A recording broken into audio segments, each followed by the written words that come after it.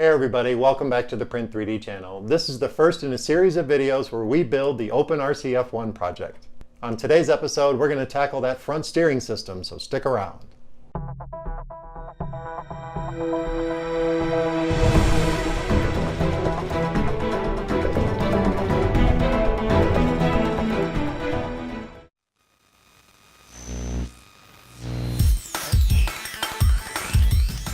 Welcome back, and thank you for joining me here for the OpenRCF1 build. On today's episode, we tackle that front steering system. And if you're unfamiliar with the project, check out this cool playlist I created that has all the 3D printing aspects of the build. And if you look in the description below, I put some links down to Daniel Noree's Thingiverse page and the rest of the OpenRCF1 project. But on today's episode, we tackle that front steering system, so let's get started. Alright, for this section we're going to do the front chassis assembly, and we're going to do these parts here. We have our plastic printed parts, our boom block, we have our M3x8s, we also have our front wheel hubs, and the little axles. We also have our servo saver for saving for later. But first let's attach the boom block to the base. And you use these two holes, and that signifies that that's the top part. And that slot should always face forward along with all the other parts. So we'll attach this to there and make sure that you are facing forward with that slot and the front of the chassis assembly.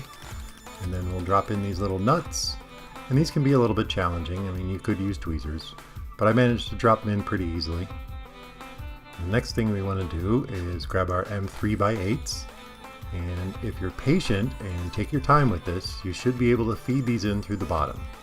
Now if your little nuts don't fit securely into your plastic printed parts, they may move around a little bit. But if you take your time and just slowly feed that in, it will eventually grab the little nut and you'll be able to tighten it up. So there it goes. And once that's tight, we'll go ahead and do the second bolt. Another M3x8. And we'll do the same thing. We'll feed it in through the bottom, and if you're patient and you've got everything lined up, it should just grab, and you should be able to tighten this up really easily.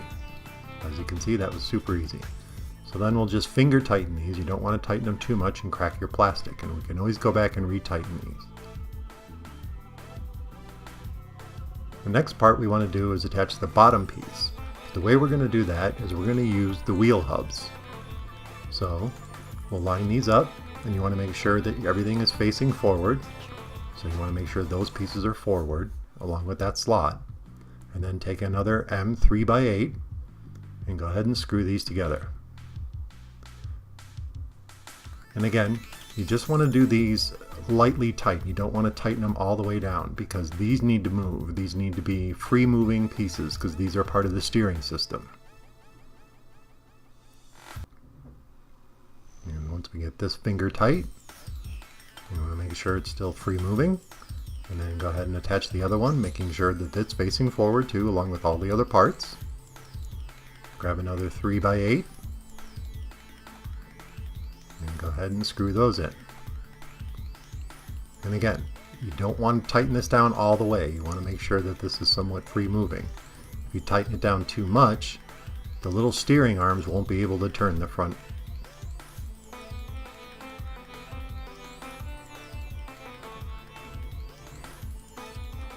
Okay. And as you can see, mine's a little bit too tight, so we'll just loosen this up a little bit. There we go. Alright, now let's attach the bottom piece. And we'll do the same thing using the M3x8.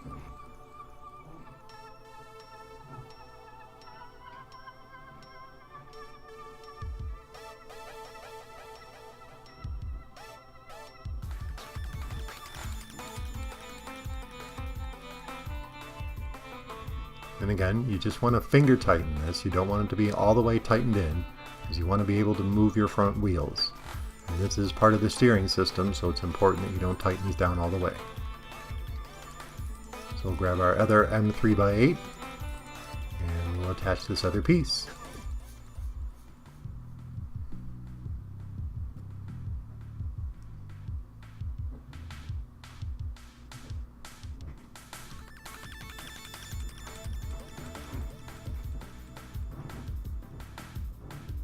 And again, just make sure you get this in there finger tight, not all the way. You want to make sure this still moves around. Okay. Once we have that done, we can attach the little axle pieces.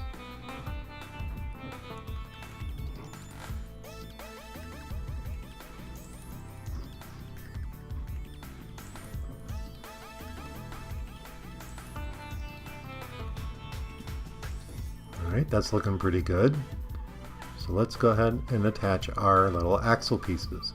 And those go in the end of your little front wheel hubs.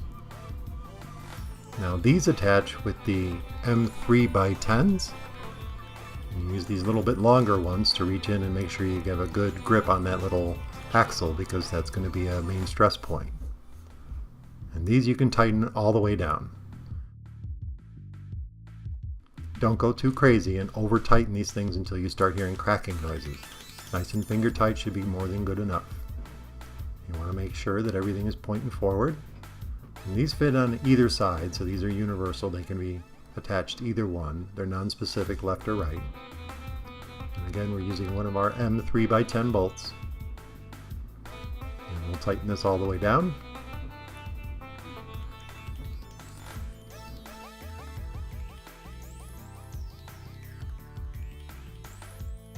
And once this is done, we will move on to the next stage, which is attaching the servo saver and the rest of the parts for the front suspension and turning. And we will move on to setting up the rear drivetrain. But for now, that about wraps it up for this part of this assembly. So we're done with this first part of the build. The next step is to attach the servo saver and the rest of the steering system. After that, we're going to move on to the rear transmission area, and then we're really going to start moving on our OpenRC F1 car. So thank you for joining me here for the very first episode of the OpenRC F1 assembly videos. I hope you enjoyed this episode and you found this interesting and informative. And of course, don't forget to subscribe to the channel, comment, like, and share those videos, and I'll see you in the next episode.